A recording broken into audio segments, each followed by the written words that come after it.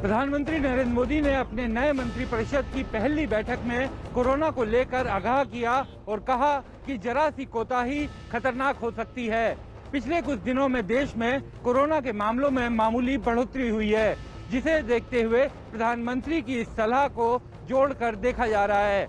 हालांकि अभी कोरोना की तीसरी लहर दूर की कोड़ी नजर आ रही है, लेकिन दूसरी लहर के कमजोर पड़ने और पाबंदियों में मिली छूट के बाद पर्यटन स्थलों से भीड़ की जैसी तस्वीरें आईं, उसने प्रधानमंत्री का ध्यान भी इस ओर खींचा।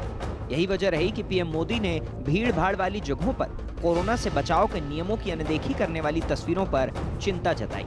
उन्होंने बैठक में कहा कि कोरोना के खिलाफ लड़ाई पूरे जोश के साथ चल रही है, इसमें लापरवाही या कमी के लिए कोई जगह नहीं होनी चाहिए। लेकिन प्रधानमंत्री की इस चिंता से कुछ लोगों को कोई मतलब नहीं। ये तस्वीर इसी की गवाही दे रही है।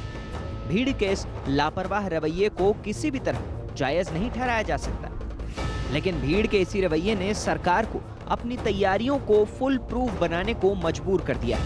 इसी मकसद से प्रधानमंत्री ने ऑक्सीजन की उपलब्धता को लेकर आज भी एक उच्च स्तरीय बैठक की। इस बैठक में इलाज के काम आने वाली ऑक्सीजन की सप्लाई बढ़ाने और उसकी उपलब्धता की समीक्षा की गई। 1500 ऑक्सीजन प्लांट शुरू करने और 4 लाख से ज्यादा ऑक्सीजन बेड तैयार करने का निर्देश दिया। एक दिन पहले ही मंत्रिमंडल की बैठक के बाद देश के नए स्वास्थ्य मंत्री ने कोरोना से निपटने के लिए 23,000 करोड़ के पैकेज का ऐलान किया था, जिसमें 15,000 करोड़ रुपए केंद्र सरकार और 8,000 करोड़ रुपए राज्य सरकारें देंगी। ऐलान के मुताबिक 736 जिलों में बच्चों के इलाज के यूनिट बनाए जाएंगे। इनमें 20,000 आईसीयू बेड तैयार किए जाएंगे। सेकंड वेव्स में हमें जो दिक्कतें हमारे सामने आई, जो समस्याएं हमारे सामने आई, वो भविष्य में हमारे सामने इस स्थिति को हम भविष्य में कैसे निपटे, उसके लिए ये पैकेज 2 लाया गया है।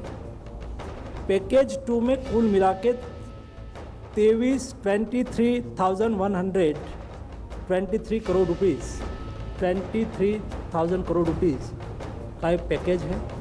ये पैकेज में कुल मिला के केंद्र सरकार और राज्य सरकार दोनों साथ में मिलके उसका इम्प्लीमेंटेशन करेंगे और ये पैसा स्टेट को दिया जाएगा।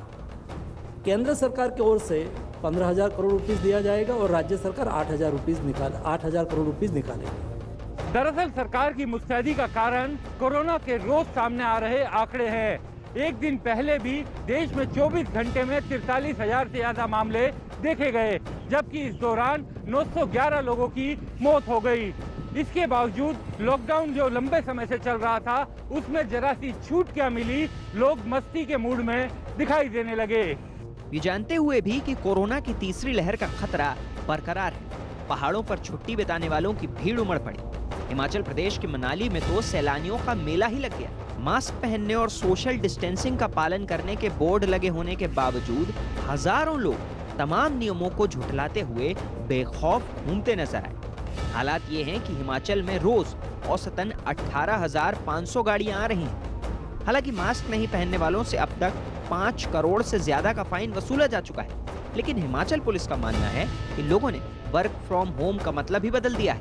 जब से अनलॉक हुआ पिछले महीने से औसतन 18,500 गाड़ियां एंटर कर रही हैं हिमाचल प्रदेश में, और मेन टूरिस्ट स्टेशन है जैसे शिमला, कसौली, मनाली, धर्मशाला, डलहौजी, इसमें काफ़ी तादाद में पर्यटक आए हैं।